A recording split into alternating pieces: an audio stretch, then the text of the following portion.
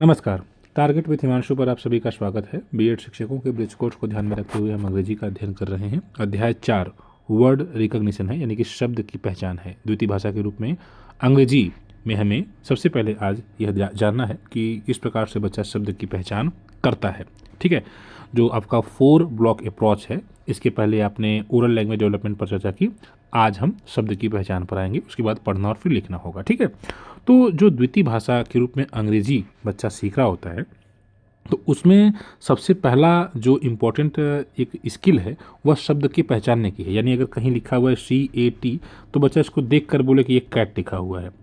हमारी किताबों में चित्र बना होता है और उसके नीचे फिर कैट लिखा रहता है, तो बच्चा उसको देखकर पहचान रहा है। तो जब बच्चा उस शब्द को पहचानेगा तभी तो आगे पढ़ेगा। हमारे यहाँ बहुत से विद्यालयों में आप देखते हैं, जब अध्यापक अंग्रेजी बच्चों को पढ़ाते हैं तो पढ़ाते हुए चले जाते हैं पूरा वाक्य, और बच्चे से बोल रहे हैं ही इज़ गोइंग। बच्चे को पता ही नहीं गोइंग कहाँ लिखा हुआ है, इज कहाँ लिखा हुआ, बच्चा उसको पहचान नहीं पा रहा है। तो जब उस बच्चा उस शब्द को पहचानेगा, किसी भी शब्द को, तभी वह आगे पढ़ पाएगा। अगर वो शब्द को पहचान नहीं पा रहा है तो फिर कैसे पढ़ पाएगा। इसलिए यह बहुत आवश्यक है कि बच्चा पढ़ने से पहले शब्दों को पहचाने। ठीक है, डॉग लिखा हुआ है तो डॉग, अगर बच्चे को, अब हमारे यहाँ पढ़ाने के तरीके हैं, मतलब डॉग है तो डॉग के चित्र बनाकर फिर लिख दिया गया डॉग। अब बच्चा उसको देखकर जब कभी भी देखेगा इसको एक शब्द, तो बच्चा पहचान लेगा डॉग, और बच्चा इसके अंदर की ध्वनियों को भी पहचानता है। ठीक है, तो हमें उसी स्किल पर बच्चे की आज चर्चा करनी है। तो जैसा कि हमने ये बताया या हमने यह चर्चा की कि जो शब्द का पहचान है वह बहुत क्रूशियल फाउंडेशनल स्किल है बच्चे की, है ना। अनलाइक द फर्स्ट लैंग्वेज, अगर फर्स्ट लैंग्वेज की बात की जाए तो उसमें तो बच्चे को इस अंग्रेजी का एनवायरनमेंट, जैसे अगर आप इंग्लिश की बात करें और हिंदी की बात करें, तो हिंदी के लिए बच्चा पहले से ही परिचित रहता है, अपने माता पिता से सीख कर आता है, परिवार से, आसपास से सीख कर आता है, पड़ोस से। लेकिन अंग्रेजी में ऐसा नहीं होता है।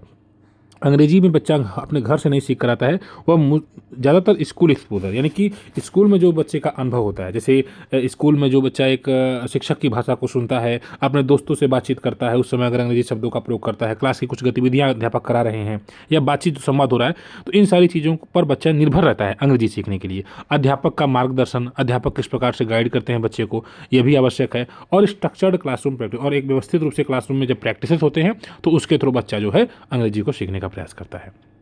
अब वर्ड रिकॉग्निशन, जैसा कि हमने चर्चा की, ये क्या है? तो एक ऐसी एबिलिटी है बच्चे की कि वह किसी लिखे हुए अंग्रेजी के शब्द को पहचान लेता है एक्यूरेटली, ठीक तरीके से, सही से, मतलब जल्दी से पहचान ले, और मीनिंगफुल और अर्थपूर्ण तरीके से पहचान ले। जैसे अब बच्चे ने देखा कहीं पर लिखा हुआ ELEPHANT, तो बच्चा उसको पहचान से, ये एलिफेंट लिखा हुआ है। ठीक है, तो बच्चा शब्द को पहचाने। FISH लिखा हुआ है, हमारे यहाँ इसी प्रकार से बच्चों को सपोर्ट किया जाता है। मछली बना दिया जाता है और मछली बनाने के बाद फिर उसके नीचे FISH लिख दिया जाता है, तो बच्चा उसको कहता है ये फिश है, ये क्या है, फिश है। तो बच्चा इस तरह से इसी के सहारे फिर फिश को पहचानने भी लगता है। तो वही शब्द की पहचान हम बात कर रहे हैं। ठीक है, तो बच्चा उसको अलग अलग प्रकार से स्ट्रेटजीज अपनाता है, अलग अलग प्रकार से तरीके अपनाता है बच्चा किसी शब्द को पहचानने के। जैसे फोनिक्स, यहाँ पर फोनिक्स लिखा हुआ है, जैसे बच्चा क्या करता है, साउंड्स को लेटर से कोरिलेट करता है। जैसे बच्चा जानता है MAT लिखा हुआ है तो इसको मो पढ़ता है और इसको टो पढ़ता है, मो ए को ए पढ़ता है।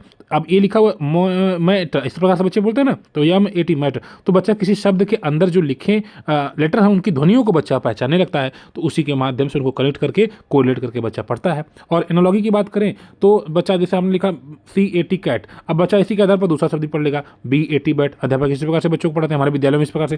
फिर RAT रेड भी बच्चा पढ़ लेता है। तो सिमिलर साउंड्स के आधार पर, अब यहाँ पर एट है तो अब इसके आधार पर RAT रैट, CAT कैट, आपने बोला BAT तो बच्चा बोलेगा बैट, आपने बोला MAT मैट, THAT दैट। इस प्रकार से बच्चे जो है सिमिलर साउंड्स के आधार पर बच्चों को पहचानते हैं। और कॉन्टेक्स्ट क्लूज होते हैं। ठीक है, कॉन्टेक्स्ट क्लूज मतलब आपने बच्चे से कहा कि देखो अब ये क्या लिखा हुआ है, तो बच्चा नहीं पहचान पा रहा है, आपने उसको कुछ क्लू दे दिया कि अब इसको लेकर तुम लोग गेंद को मारते हो, खेलते हो, तो बच्चा अच्छे से सर से उसको बैट बता देता है, तो ये बैट है। तो जब आप कभी कभी क्लूज देते हैं उसके माध्यम से शब्दों को पहचानता है। और स्ट्रक्चरल एनालिसिस करता है, मतलब ये है कि जब बच्चा किसी वाक्य को या किसी शब्द को छोटे छोटे पार्ट्स में, जैसे अभी लिखा हुआ है हैप्पी, तो हैप्पी बच्चा लिखा जानता है, तो आपने कहा कि ये क्या लिखा हुआ है, तो बच्चा कहेगा सर ये तो अब इसको नहीं पढ़ पाएगा, तो आपने कहा ये UN अन, और ये वाला तो जानते ही हो, पहले से ही पढ़े हुए हो, तो बच्चा कहेगा अच्छा सर ये अनहैप्पी हो जाएगा। तो बच्चा पहले से हैप्पी को जान रहा है और अन आपने बता दिया। तो कभी कभी इस प्रकार के शब्द आते हैं जो अलग अलग पार्ट्स में इस तरह से डिवाइडेड रहते हैं, तो उसको बच्चा पहले से कोरिलेट करके उसको बना लेता है। ठीक है, तो इस प्रकार से बच्चा अपनी स्ट्रेटजीज अपनाता है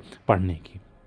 अब in the context of English as a second language learners often face following challenge. अब बच्चों को चैलेंज क्या क्या होती हैं? चैलेंज तो ये होता है कि limited exposure to English sounds outside the classroom. मतलब क्या है कि अंग्रेजी सीखने में बच्चा क्लास के बाहर बहुत कम, उसके पास इस प्रकार का इन्वायरमेंट ही नहीं मिल पाता है कि कोई इससे बातचीत करे या ऐसी कोई गतिविधि करे जिसमें अंग्रेजी का सीखने का मौका मिले। तो ज़्यादातर गतिविधियाँ हिंदी में ही होती हैं हमारे भारतीय परिवेश में, या उसकी जो नेटिव लैंग्वेज रहती है उसमें बातचीत बच्चे करते हैं। तो इस वजह से अंग्रेजी सीखने बच्चे के लिए अंग्रेजी में सीखना चैलेंजिंग हो जाता है। डिफ़िकल्टी होती है बच्चे को distinguish English sounds that are not present in mother tongue. अब जो बच्चे की भाषा है, जैसे हिंदी बोल रहा है, अब बच्चे को सामने कोई शब्द मान लीजिए इस प्रकार का है, जैसे ऑलमाइटी मान लीजिए एक शब्द है।